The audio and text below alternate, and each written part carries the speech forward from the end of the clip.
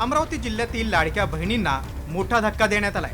मुख्यमंत्री माझी लाडकी बहीण योजनेत तब्बल 22,068 बहिणी अपात्र ठरल्या, तर 35 महिलांनी स्वतःहून योजनेचा लाभ सोडलाय। अमरावती जिल्ह्यात 6,98,536 महिला पात्र ठरल्यात, तर यवतमाळ जिल्ह्यात 27,000 लाडक्या बहिणी अपात्र ठरल्यात। तर सरकारनं लाडक्या बहिणींची फसवणूक केल्याचा आरोप संजय राऊत यांनी केलाय। सरकार बहिणींना 21 कॉमस्कोर नुसार आता isakal.com आहे देशातील नंबर 1 ची मराठी न्यूज वेबसाईट। प्रत्येक अपडेटसाठी isakal.com ला नक्की भेट द्या। रुपये देणार होते त्याचं काय झालं, असा सवाल राऊतांनी केला। 2100 रुपये देणार होते लाडक्या बहिणींना।